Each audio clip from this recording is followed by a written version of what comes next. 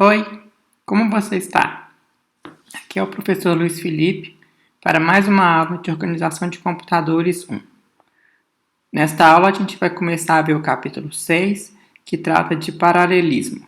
Parallel Processors from Client to Cloud.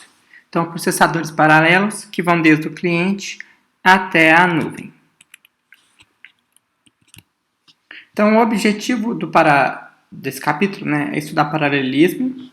E o objetivo, então, é conectar múltiplos computadores para a gente aumentar o desempenho, melhorar a performance. Então, a ideia é a gente utilizar do paralelismo para melhorar o desempenho. Algumas coisas de paralelismo a gente já viu. Por exemplo, o professor Omar falou nas últimas aulas sobre arquitetura superescalar, ou arquiteturas que permitem que a gente execute mais de uma instrução por vez. Então, a gente pode ter paralelismo em vários níveis. A gente pode ter paralelismo permitindo que a gente execute mais de uma instrução em um core.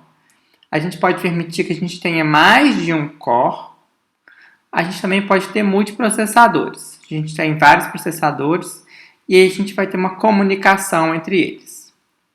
Então, vão existir várias questões associadas a isso.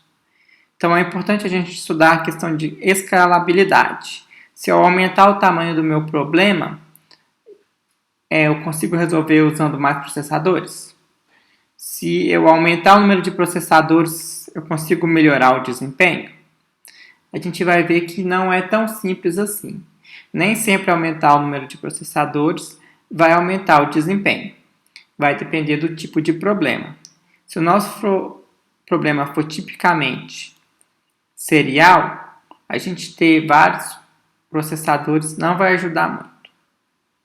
Tem também a questão de disponibilidade, availability em inglês, dos recursos disponíveis, para a gente poder estar fazendo a computação. E também tem a questão de energia, da eficiência energética. Como o professor Omar mostrou, às vezes a gente tem um processador que é melhor para ser um servidor, para rodar na nuvem, mas que gasta muita energia. Então, a gente não vai colocar esse processador no celular, que a gente prefere economizar algumas horas de bateria. Então, a gente pode ter esse paralelismo em vários níveis. Então, um nível que a gente pode estar tratando do paralelismo é no nível de tarefas, que é o task level, ou process level, a nível de processos. A gente pode ter vários processos ou vários programas que executam em paralelo. A gente consegue ter, então, uma vazão alta, um high throughput, se esses processos foram independentes. Se não houver uma dependência entre eles, eu posso colocar eles para executarem em paralelo. A gente também pode ter um programa que é executado de forma paralela. Então, a gente pode ter um único programa que vai executar em múltiplos processadores. E a gente também pode ter vários microprocessadores rodando numa arquitetura que tem múltiplos cores. Tá? Então, hoje em dia é muito comum a gente ter chips em computadores que são com vários cores. A gente tem a arquitetura aí dual core, quad core, octo core. Então, a gente tem chips com múltiplos processadores, vários cores. Então, a gente tem que aprender como que eles funcionam para poder tirar proveito deles. Então, tanto hardware quanto software podem ser paralelizáveis. Tá? Então, no hardware, a gente tem aí versões de hardware que são tipicamente seriais, que é o caso do Pentium 4. Já o quad-core Xeon, que é o chip para servidor, o E5345, é um chip que permite paralelismo, ele tem 4 cores. A nível de software, a gente pode escrever um software que é sequencial. Por exemplo, a gente quer fazer uma multiplicação de matrizes. Ou a gente pode fazer um software que vai operar de forma concorrente. Eu posso ter vários pedaços de códigos que podem ser executados em paralelo. Não necessariamente de forma sequencial, um atrás do outro. Que é o caso, por exemplo, de sistemas operacionais. Que a gente tem várias tarefas e elas podem ser executadas de forma concorrente. A gente pode ter, então, software que é sequencial ou concorrente, que executa no hardware, que é sequencial ou paralelo. Tá? O desafio é fazer o uso do hardware paralelo de forma eficiente. O que é que a gente já viu de paralelismo no curso? Bem, eu vou falar do que está no livro. Então, no livro, no capítulo 2, na seção 11, ele cobre paralelismo e instruções, que entra aqui a questão que a gente pode executar várias instruções em paralelo. E aí surge o problema de sincronização. No capítulo 3, na seção 6, entra a questão de paralelismo e aritmética computacional, que se pode dividir o problema da aritmética computacional em subpalavras e executar operações de computação aritmética de forma paralela. No capítulo 4, na seção 10, a gente viu paralelismo e instruções que executam de forma paralela avançadas, que é o caso lá do quando a gente tem mais de uma execução de uma instrução, que são as arquiteturas superescalares. E no capítulo 5, na seção 10 do livro, ele trata sobre paralelismo e hierarquia de memória. A gente viu hierarquia de memória, viu as memórias caches. O que pode acontecer é que a gente pode ter mais de um core, e aí cada core tem a sua cache. E aí pode ser que essas cores queiram compartilhar ou acessar dados. Então a gente precisa de ter as caches funcionando de forma coerente. Ou seja, na hora que eu for acessar um dado, ele tem que estar na sua versão mais nova. Então, o problema de coerência de cache é quando a gente tem vários caches e um deles pode mudar o dado, pode ter uma escrita. Então, a gente tem que atualizar nas outras caches. Isso tudo para a gente poder estar trabalhando a nível de paralelismo. Então, aqui agora eu vou tratar do paralelismo nas questões de arquitetura. Mas primeiro eu vou falar do software. Então, quando a gente está programando, tá, fazer o software paralelo é diferente de fazer o software sequencial.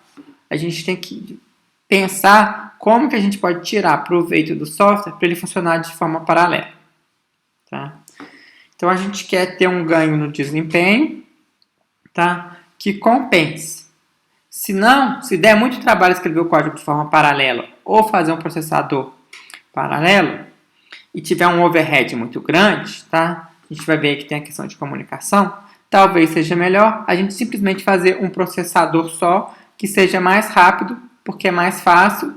E aí a gente já viu, né, que nas regras de desenvolvimento, para a gente fazer o caso comum mais simples, mais rápido.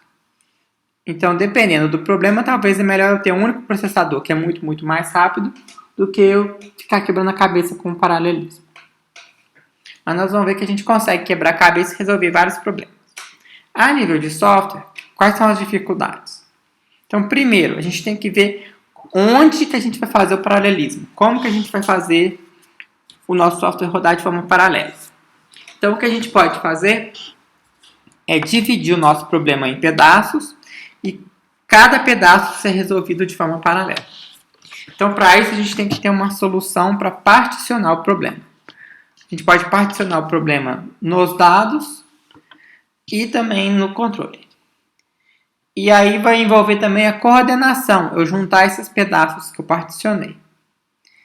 E para a gente fazer essa coordenação, vai envolver comunicação. Vai ter que ter a comunicação para poder coordenar esse particionamento, para poder resolver o problema do paralelismo. Só que essa comunicação tem um custo, ela tem um overhead.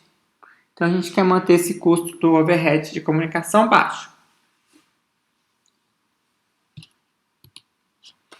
Então a primeira coisa que a gente vai ver aí é a questão, né, do qual que é o ganho que eu vou ter com o paralelismo. Aí a gente lembra que para avaliar desempenho a gente tem a lei de Amdahl. Tá? Então a gente pode ver qual que é o ganho, né, o speed up, que a gente consegue com o paralelismo. Então, a parte sequencial vai limitar o nosso ganho, nosso speedup. Então, nós vamos ver que não importa o número de processadores que eu conseguir usar, se eu tiver uma parte sequencial. Tá? Imagina que eu pegue todos os computadores que estão na internet. Pegue lá 1 bilhão de computadores. Se o meu código tiver um pedaço que é sequencial, não vai adiantar nada, eu só vou estar usando um deles. Tá? Então, a gente lembra da lei de Amdahl, que o que a gente pode melhorar, tá, vai depender da parte que é sequencial, que a gente não pode melhorar. Então, o que a gente pode ter de ganho vai ser o tempo de execução afetado pela melhoria dividido pela quantidade de melhoria, mais o tempo de execução que não é afetado. É aí que entra a parte sequencial. A parte, então, paralela vai modificar o tempo de execução afetado pela melhoria e o quanto que é paralelizável do nosso código. Tá? Então, reescrevendo a lei de Amdahl em termos de speedup, fica da seguinte forma. O speedup vai ser igual ao tempo de execução antes dividido pelo tempo de execução agora. O tempo de execução novo.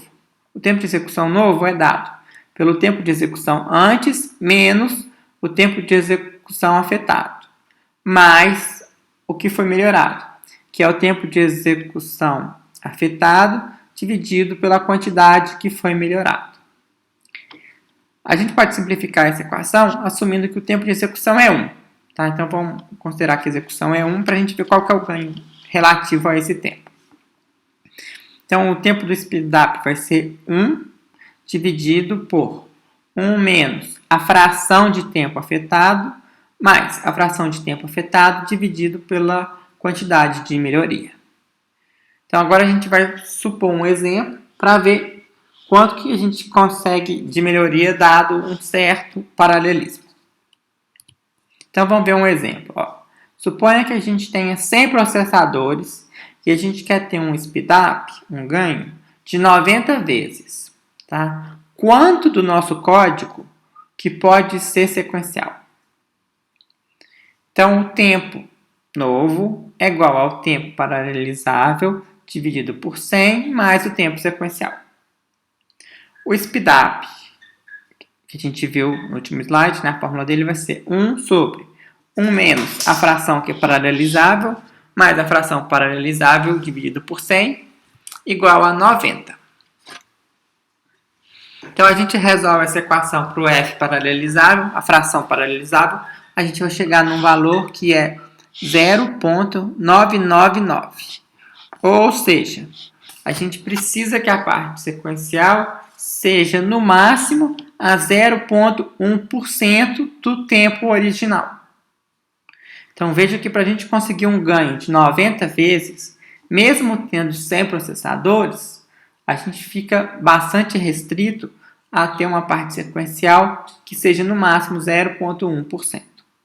Então, a lei de Amdahl já serve para a gente ver que a gente não vai ter um ganho que a gente achava que a gente poderia ter, né, simplesmente aumentando o número de processadores. Né? Uma pessoa ingênua, né, pode pensar assim, se eu colocar 100 processadores, eu vou ficar 100 vezes mais rápido. A gente já viu aí que para ficar 90 vezes mais rápido, a gente está limitando que a parte sequencial seja no máximo a 0,1%. Vamos ver agora um outro exemplo para estudar a questão de escalabilidade. O que acontece quando eu aumento o tamanho do meu problema. Tá? Então, primeiro vamos assumir que só a soma de matriz é paralelizável, que a soma de escalar não. Então, suponha que a gente tenha um único processador e depois a gente tem uma versão com vários processadores e que a gente consegue paralelizar a parte de somar matriz. Então, vamos supor que a gente tem uma carga de trabalho aí e aí a gente quer somar 10 números escalares e somar a matriz que são 10 por 10. Qual que é o speedup que a gente tem de 10 para 100 processadores? Então, vamos fazer passo a passo. Para um processador, a gente vai somar 10 escalares. Então, é o tempo de fazer 10 ADs, que a gente vai chamar de TAD, que é o tempo de soma. Para somar duas matrizes de 10 por 10, a gente vai ter aí 100 números em cada matriz, então a gente vai ter aí 100 somas, 100 TAD. Então, usando um único processador, o tempo que a gente vai gastar vai ser o tempo de 10 escalares. Vou pôr a canetinha aqui. Então, é o tempo de 10 escalares mais 100 escalares. Ó, a gente então tem 10 mais 100, que vai dar 110 tempos de soma, tempo de adição. Então, agora vamos analisar para 10 processadores.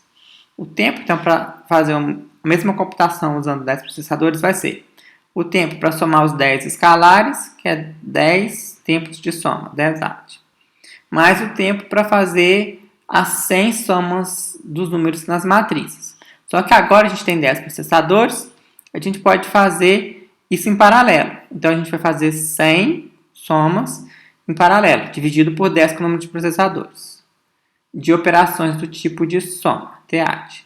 Então, isso daqui vai dar para a gente 10 TAD. Com 10 TAD para o escalar, a gente vai ter 20 TAD. Então, a gente fez um speedup que antes era 110 TAD, que agora passou para 20 TAD. Isso vai dar aí um ganho de 5,5. Vamos agora aumentar o número de processadores, passar para 100 processadores. Então, o tempo agora vai ser o tempo de somar 10 escalares, que é 10 tempos de soma, 10 TAD, mais o tempo de fazer as operações da matriz. A gente tem 100 somas e tem 100 processadores.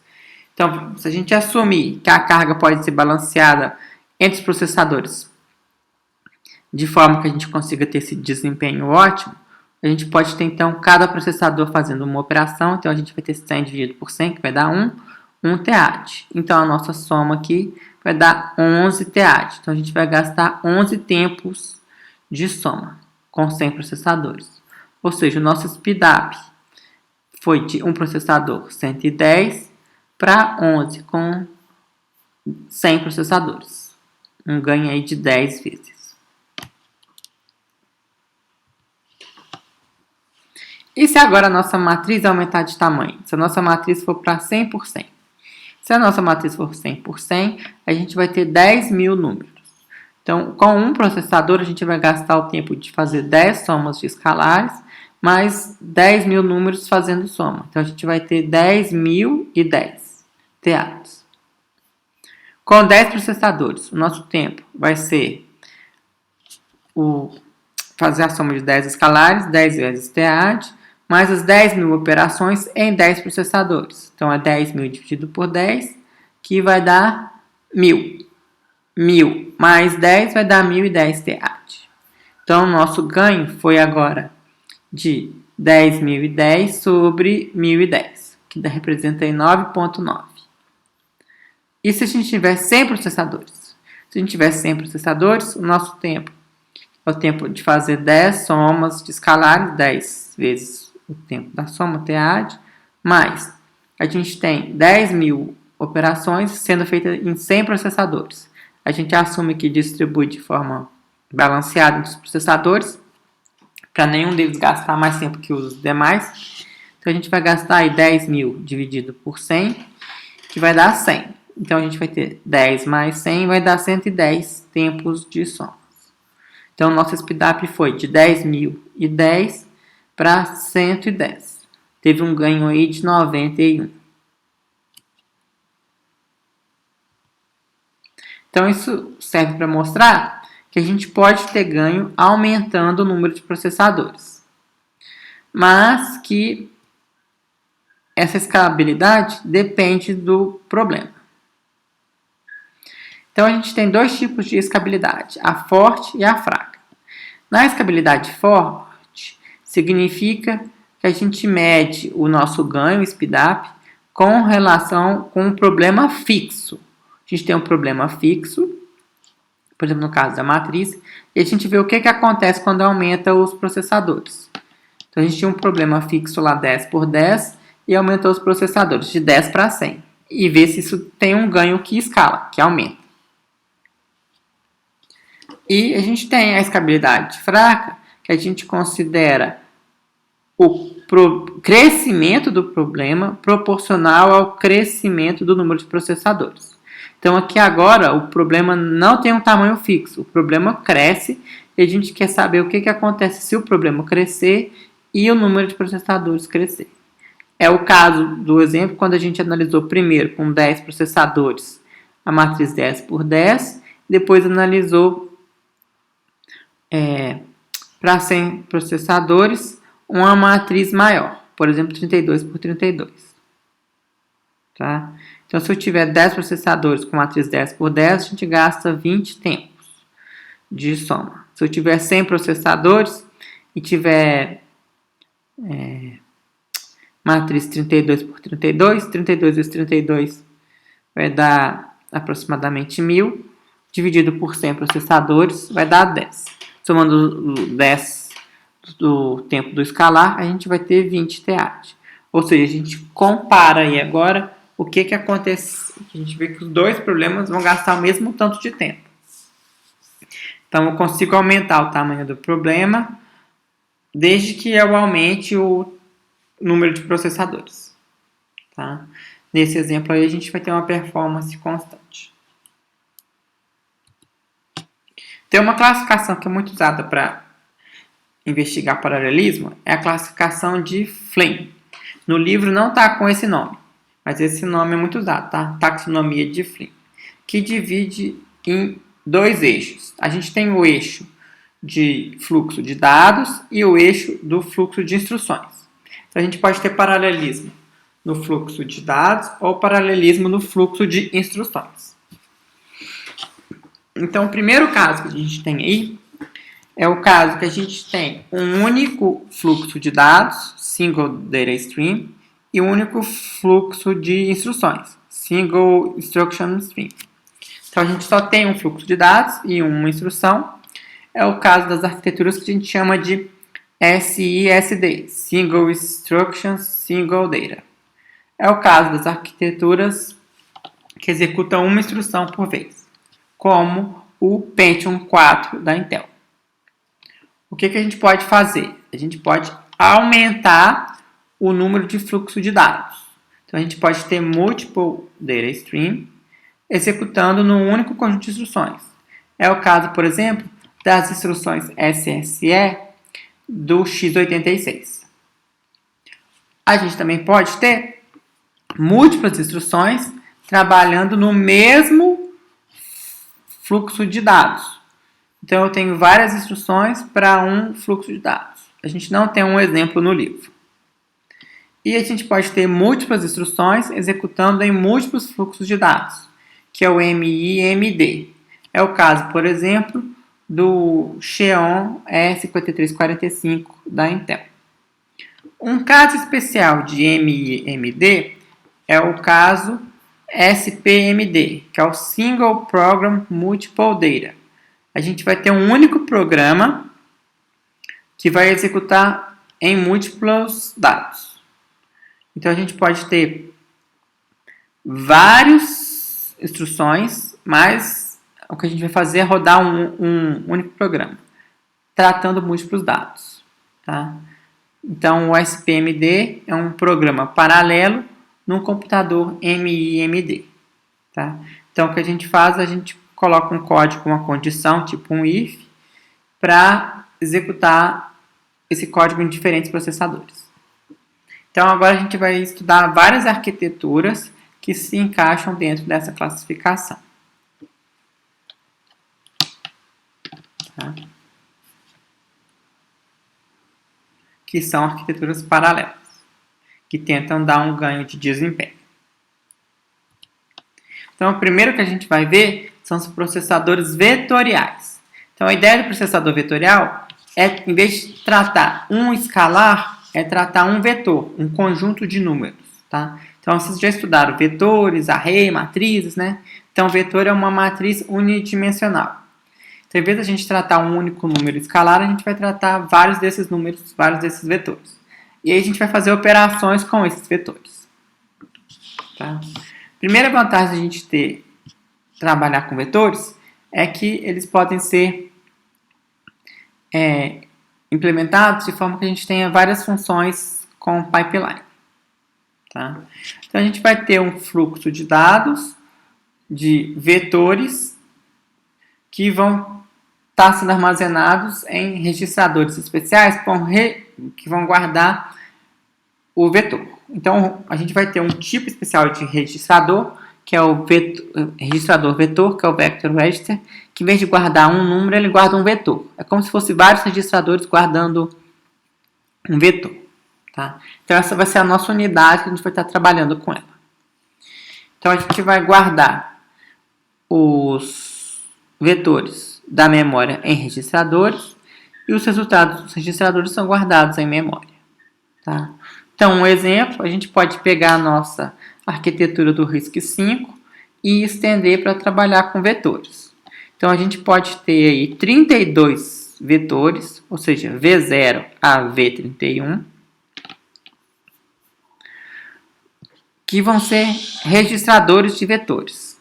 Então, cada um desses 32 registradores vetores armazenam 64 elementos. Então, é como se fosse, cada um aqui fosse 64 registradores. Cada registrador é de 64 bits. Tá? Então, a gente tem 32 vetores registradores. Cada um guarda 64 elementos. Cada elemento tem 64 bits. E a gente pode fazer operações vetoriais com esses registradores vetoriais. Então, a gente vai botar a extensão .v para indicar quando for instrução vetorial. Então, por exemplo, a gente pode ter um float load vetorial, um float store vetorial. É o load e o store do vetor. Então, a gente carrega na memória ou busca da memória. A gente pode somar dois vetores de double. Então, a gente pode ter o float add.d.v, que vai somar vetores double. Então, ele vai somar os dois vetores. E a gente pode ter também a soma do vetor com escalar em cada elemento do vetor. Então, a gente tem o float add.d.vs, S de escalar, que vai somar um escalar para cada elemento do nosso vetor, que é um double. A vantagem de a gente trabalhar, então, com processadores vetoriais é que vai reduzir significativamente a busca de instrução, a largura de banda necessária para buscar a instrução. Por quê? Porque agora, em vez de eu ter que buscar cada um dos elementos, então eu vou estar trabalhando com os vetores que já representam, por exemplo, aí 64 elementos de uma vez.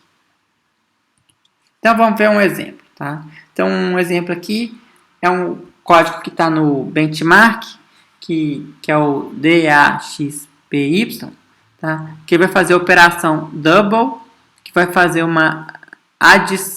a multiplicação do A com o X e uma adição, o plus com Y. Por isso tem esse nome. Então, a gente trabalha com o double, multiplica o vetor X por um escalar A e soma, em inglês aqui é o P plus, com outro vetor Y. Então, o que a gente vai fazer é um vetor é igual ao escalar A vezes o vetor X mais o vetor Y. Se a gente fosse fazer essa operação no RISC-V convencional, a gente ia ter esse código aqui, ó. A gente ia ter que carregar o escalar A, a gente ia calcular o fim do array X. Aí a gente ia ter que fazer uma iteração no nosso vetor para cada elemento do x de i.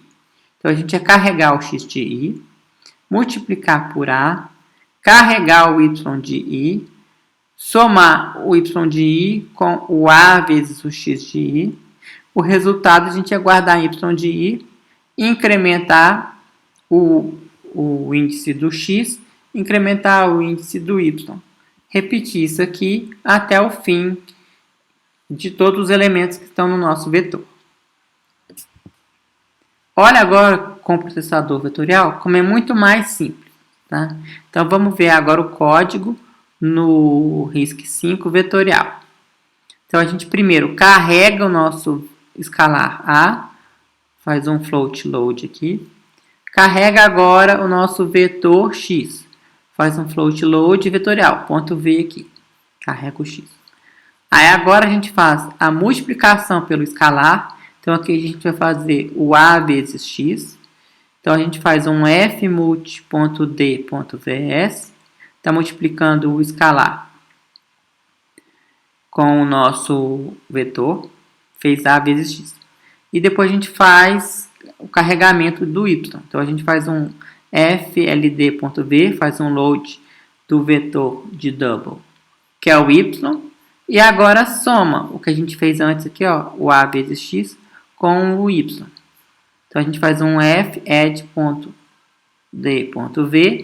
faz a soma dos dois. E depois guarda o valor da soma em y. Então a gente faz um fstore aqui, ó, ponto .v, fsd.v, vai fazer um store vetorial double do y.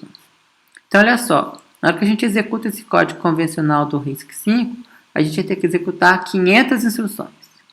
No RISC-V vetorial, a gente executa 6 instruções.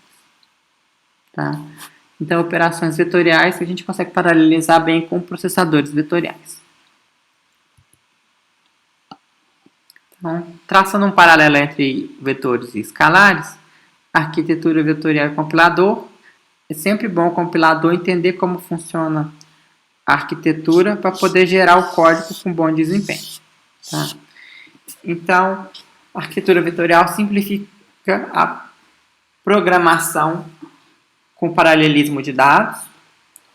Ela explicita também que não precisa de ter dependência no loop, tá? O que reduz também a checagem em hardware. A gente viu aqui no exemplo anterior, ó, aqui a gente tinha o loop, tinha que ficar checando toda vez pelo índice. Aqui a gente não tem esse loop. A gente vai ter um acesso regular que vai beneficiar o uso de memória enrajada e com interleave. Eu falei para vocês de memória, eu falei para vocês que a memória ela é organizada em bancos de memórias e que os bancos de memórias podem ser acessados de forma intercalar.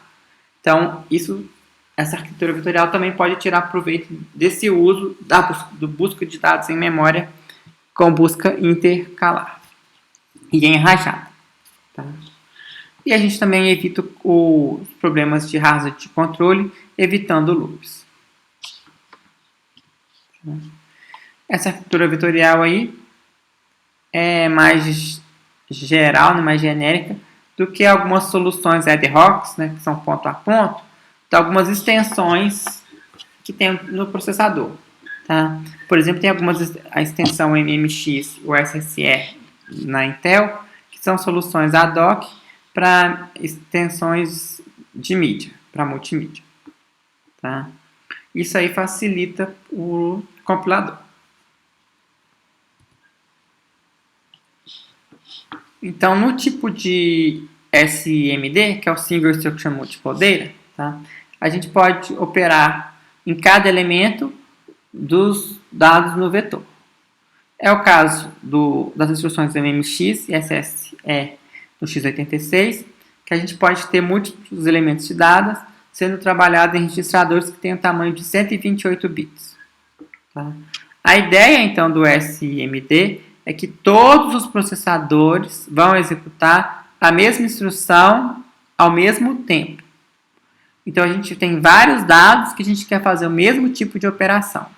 Então, todos os processadores executam essa mesma operação ao mesmo tempo, mas com dados diferentes. Tá? Então, cada um vai tratar dados diferentes e endereços de dados diferentes. Isso simplifica a sincronização e reduz também o controle da instrução em hardware. A gente não tem que ficar controlando qual cada pedaço do hardware está executando. Todos executam a mesma instrução. Tá? Isso funciona bem para aplicações que são altamente paralelizáveis em dados. Porque eu posso dividir o meu programa em vários pedaços, de tal forma que cada pedaço vai executar em um dado. E todo mundo executa a mesma instrução. Então, comparando aí a solução vetorial com as extensões multimídia, as extensões vetoriais têm um tamanho de vetor, um comprimento aí variável, já as extensões multimídia têm um tamanho fixo, no caso da Intel lá de 128 bits. As extensões vetoriais vão permitir que você tenha acessos sequenciais, as extensões multimídia nem tanto, né? Há acessos que podem pular os dados. Tá? Então, multimídia é fixo, é a cada 128 bits. Já as unidades vetoriais podem ser uma combinação de pipeline com funções para vetores. Então, aqui na figura agora, a gente está mostrando que a gente pode implementar arquiteturas vetoriais utilizando múltiplas unidades funcionais. Tá? Então, a maneira, por exemplo, de eu somar dois vetores, eu quero fazer C igual a A mais B. Tá? Então, eu tenho o vetor A aqui, que vai o A1 até o A9, vou somar com o vetor B, B1 até B9. Eu quero calcular C, então eu quero fazer C1 vai ser A1 mais B1, C2 vai ser A2 mais B2, C3 vai ser A3 mais B3, assim por diante. Então, eu teria que fazer 9 somas aqui. Então, uma solução é eu ter um somador só e ter que fazer 9 somas, um para cada um. A maneira de eu paralelizar isso é eu ter mais unidades funcionais, eu ter mais somadores. Tá? Então, por exemplo, aqui, ó, eu posso passar agora a ter 4 somadores, cada um vai somar 2 pares de números. Então, por exemplo, o C0 vai receber o A1, B1, tá? Aí eu jogo A2, B2 para o outro e assim por diante. A3, B3, A4, B4, aí aqui o A5, B5, A6, B6, A7, B7, e jogo os dados e vou agrupando de 4 em 4 aqui. Tá? Então, eu consigo reduzir aqui, ó, de 9 somas. Eu posso fazer agora 4 dessas somas em paralelo, e aí eu faço isso 3 vezes. A maneira que a gente pode fazer isso aqui também, tá? É fazer a nossa unidade vetorial ter mais linhas para processamento, tá? Então, aqui está mostrando uma forma de eu implementar uma unidade vetorial. Então, eu posso ter os nossos registradores vetoriais. Eu divido em 4 linhas. Nessa linha aqui, eu vou guardar os elementos que o mod 4 dê 0. Então, eu guardo aqui 0, 4, 8. Aqui eu guardo os que o mod 4 dá 1, então aqui eu vou guardar os elementos 1, 5, 9. Aqui eu faço o mod 4 dá 2, então eu guardo 2, 6 e 10. Aqui eu guardo os vetores, os registradores vetoriais, que o mod 4 dá 3. Então 3, 7, 11. Lembrando que cada vetor registrador aqui tem 64 bits, tá? Cada um desses elementos. Então, a gente pode ter os vetores registradores guardando os dados e aí a gente vai querer fazer as operações com eles. Então, a gente pode ter unidades funcionais a mais, como por exemplo de ponto flutuante, para fazer adição e multiplicação, presentes aqui, e fazer a leitura e escrita deles, desses vetores vetoriais. Então, a gente pode ter o load e o store aqui. Ó. Tá? Com isso, a gente consegue acessar, trabalhar com eles de forma paralela.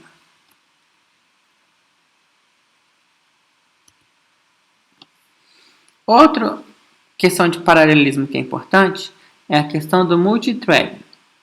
No multithreading, o que a gente vai fazer é permitir que a gente tenha vários processos sendo executados ao mesmo tempo no processador. Tá? Então, a gente pode permitir que múltiplas threads executem em paralelo. Então, para fazer isso, a gente tem que guardar o PC, o Program Counter, tá? E tem que replicar alguns registradores. E aí a gente permite fazer a troca entre essas threads de forma rápida. Então, a gente pode ter vários níveis de multithread. Tem um multithread de nível mais fino, que a gente troca cada thread depois de cada ciclo. E aí a gente pode ter as instruções sendo executadas de forma intercalar. Se uma thread ficar travada, a gente pode trocar e executar outra thread, outro processo de thread. A gente tem um nível mais alto, coarse grained multithreading, que a gente troca só quando der um travamento muito longo. Por exemplo, quando a gente tiver um miss de cache. A gente viu que para buscar o dado em memória tem um custo alto, a gente monta a hierarquia de memória para tentar diminuir esse custo, mas mesmo assim a gente ainda pode ocorrer do dado não estar na memória cache. Quando tem o cache miss, tem penalidade que é alta, a gente então quer colocar o processador para fazer outras coisas. Então a gente pode trocar aqui qual a thread que está sendo executada quando der o miss. Tá? Isso aqui simplifica o hardware, mas não esconde de pequenos stalls. Tá? Por exemplo, quando a gente tiver dependência de dados, tá? Que a gente tem que esperar uma instrução ser executada para colocar a outra para executar. E a gente pode ter multithreading simultâneo. Então a gente pode ter múltiplos issues, quando a gente executa múltiplas threads executadas de forma dinâmica. Tá? Então o escalonamento é feito pelo processador de forma dinâmica. Então a gente vai ter múltiplas threads sendo executadas, as instruções são escalonadas de forma dinâmica. Então as instruções de threads independentes podem executar quando as unidades funcionais que elas precisam estiverem disponíveis. Dentro da thread, as dependências são tratadas pelo escalonamento e pelo uso de renomeamento de registradores, que é uma técnica muito utilizada para tirar a dependência de códigos para poder executar instruções em paralelo. Tá? Então, um exemplo de quem tira proveito do multithread simultâneos é o Intel Pentium 4 HT. Tá? Ele, então, pode ter duas threads que trata com registradores duplicados e ele compartilha unidades funcionais e a cache. Então, aqui está mostrando para vocês um exemplo de multithreading. Tá? Ao longo do eixo na vertical aqui, está passando o tempo. Então, cada hora vai ser executado um aqui. E ao longo do eixo na horizontal aqui, está passando qual foi o slot que foi colocado para executar. Tá? Então, a gente pode ter, num nível mais alto, a gente pode ter 4 threads para serem executadas aqui. Ó. Thread A, que vai precisar disso aqui ser executado ao longo do tempo. A thread B, cada bloquinho aqui indica que você precisa de executar isso, né, nessa linha ao longo desse tempo. Então, a gente tem a thread C e a thread D. Então, o que a gente pode fazer? No nível mais alto, que é o multithreading coarse, tá? A gente pode colocar cada processo para executar. Então, aqui, ó, primeiro, eu coloco o processo A para rodar. Então, eu executo o processo A por um tempo. Então, eu vou executar 5 linhas de tempo aqui da thread A. 5 linhas do tempo da thread A. Então, eu vou pegar esses pedaços aqui, ó, que envolve 5 linhas de tempo. 5 linhas de tempo, vou executar. Aí eu troco o processo. Então agora eu vou passar para o próximo. Então eu posso executar agora o processo B. Então eu pego agora a thread B, coloco para ela executar, por exemplo, por 4 tempos. Então eu troco aqui a thread, carrego os valores nos registradores e executo aqui 4 threads. 4 unidades de tempo da thread B. E assim por diante. Vou trocando, então, qual a thread que está sendo executada. A gente pode ter, então, o multithreading que é mais refinado. Ao longo do tempo, a gente vai dividindo qual thread que é. Então, em vez de ser um bloco de tempo, vai ser um de cada vez. Então, eu executo aqui na primeira linha de tempo a thread A. Vai ser essas duas issues aqui. Depois, a thread B, essas 3 aqui, eu executo aqui. depois a thread C, esses 3 eu executo aqui, depois a thread D, esse aqui eu executo aqui. Aí eu volto para A, e aí eu vou fazendo um revezamento aqui entre threads, cada hora uma linha ao longo do tempo de cada um. Então, uma do A aqui, 2 do B, uma do C aqui, 3 do D, e assim por diante. E os simultâneos multithreading, tá?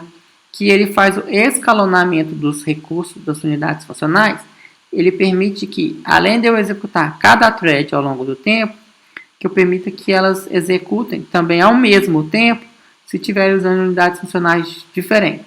Então, por exemplo, eu escalono aqui para executar a thread A, os 2 primeiros unidades de execução aqui. Aí, eu vou executar agora a thread B. Então, eu tenho 3 bloquinhos aqui, eu executo 2 junto com a thread A e 1 aqui. Depois eu vou executar a thread C. Então, eu executo os 3 aqui ao mesmo tempo. Então, isso permite que eu execute várias threads em paralelo. Qual que é a tendência do multithread? Será que vai sobreviver? De qual forma? Tá? A gente também tem que considerar a questão de energia. Tá? Então, a gente tem aí versões de microarquiteturas simplificadas que visam a diminuir o consumo de energia. Que é o caso das arquiteturas voltadas aí para dispositivos móveis, celulares. Tá? E a gente tem que lembrar também da tolerância para latência quando tem o miss no cache, que demora o tempo para buscar o dado na memória principal para cache e da cache para o processador. Tá? Então, fazer a troca de thread pode ser mais efetivo, porque enquanto eu estou buscando o dado que uma thread está buscando, eu faço a operação da outra thread. Tá? E a gente pode ter múltiplos cores simples, compartilhando os recursos de forma mais efetiva. Outra forma de paralelismo é a chamada memória compartilhada. Tá? Então, o multithread a gente estava tratando de várias execuções ao longo do processador. Agora, o que a gente pode ter é vários processadores, cada um com a sua cache, sendo conectado por uma interconexão de rede. Então, a gente começa a ver agora que a gente pode ter redes. Tá? Vocês depois vão estudar redes de computadores. Se derem sorte, vão estudar comigo. Tá? Então, a gente vê que a gente tem redes que vão desde o muito pequeno, que é conectando dispositivos dentro de um processador, até redes interplanetárias. Tá?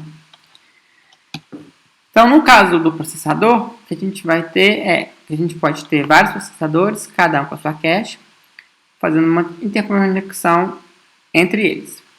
E aí tem o problema da coerência de cache, que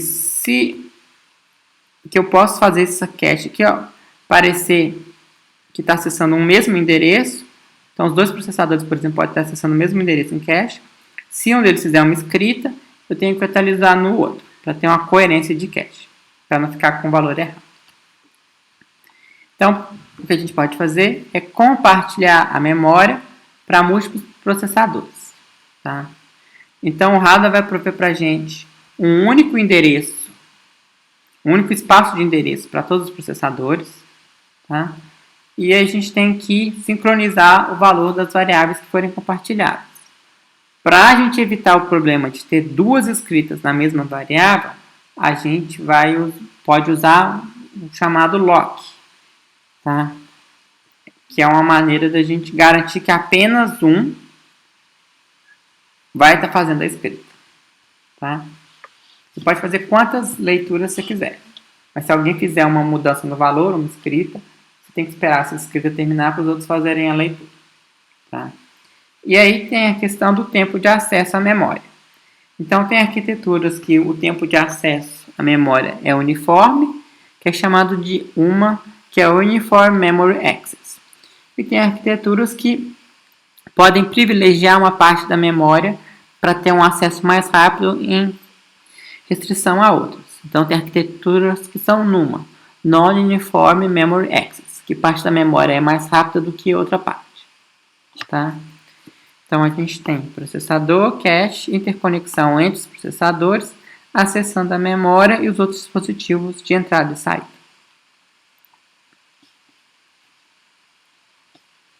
Então, a memória aqui ela é compartilhada. Cada um dos processadores pode acessar o dado na memória. E aí, a gente, para evitar duas escritas simultâneas no mesmo endereço, a gente tem que usar os locks, semáforos. Tá? Então, vamos ver um exemplo agora de como que a gente pode tirar proveito de paralelismo usando memória compartilhada. Tá? Então, eu quero somar 64 mil números num processador que é de memória uniforme, tem acesso uniforme, e 64 processadores. Tá? Então, primeiro, cada processador vai ter um identificador, um ID, que é um número entre 0 e 63, que a gente vai chamar de PN, que é o Process Number. Tá? Então, o ideal é a gente pegar esses 64 mil números aqui e dividir eles, tá, em 64 pedaços. Então, a gente vai ter 1000 números. Então, a gente vai fazer um particionamento de 1000 números por processador. Tá? Então, primeiro, tá, a gente vai fazer a soma de desses 1000 números em cada processador. Tá? Então, a gente pode fazer o seguinte código. A gente pode fazer o código que inicializa o valor da soma daquele processador em 0. E aí a gente pega todos os 1000 números que são daquele processador, ele vai somar e fazer a soma e guardar nessa posição aqui relativa a ele, do vetor soma. Tá? Então, no soma, no número do processador, inicializa com 0. Aí a gente pega os 1000 números, ou seja, faz um for, em que o i vai variar de 1000 vezes o número do processador até o i menor do que 1000 vezes o número do processador mais 1, de 1 em 1, fazer a soma dele com o próximo elemento do nosso vetor, o a de i. Tá? Então, o que vai acontecer? Cada um dos processadores vai somar 1000 números. E aí, o som do PN vai ter a soma de 1000 números.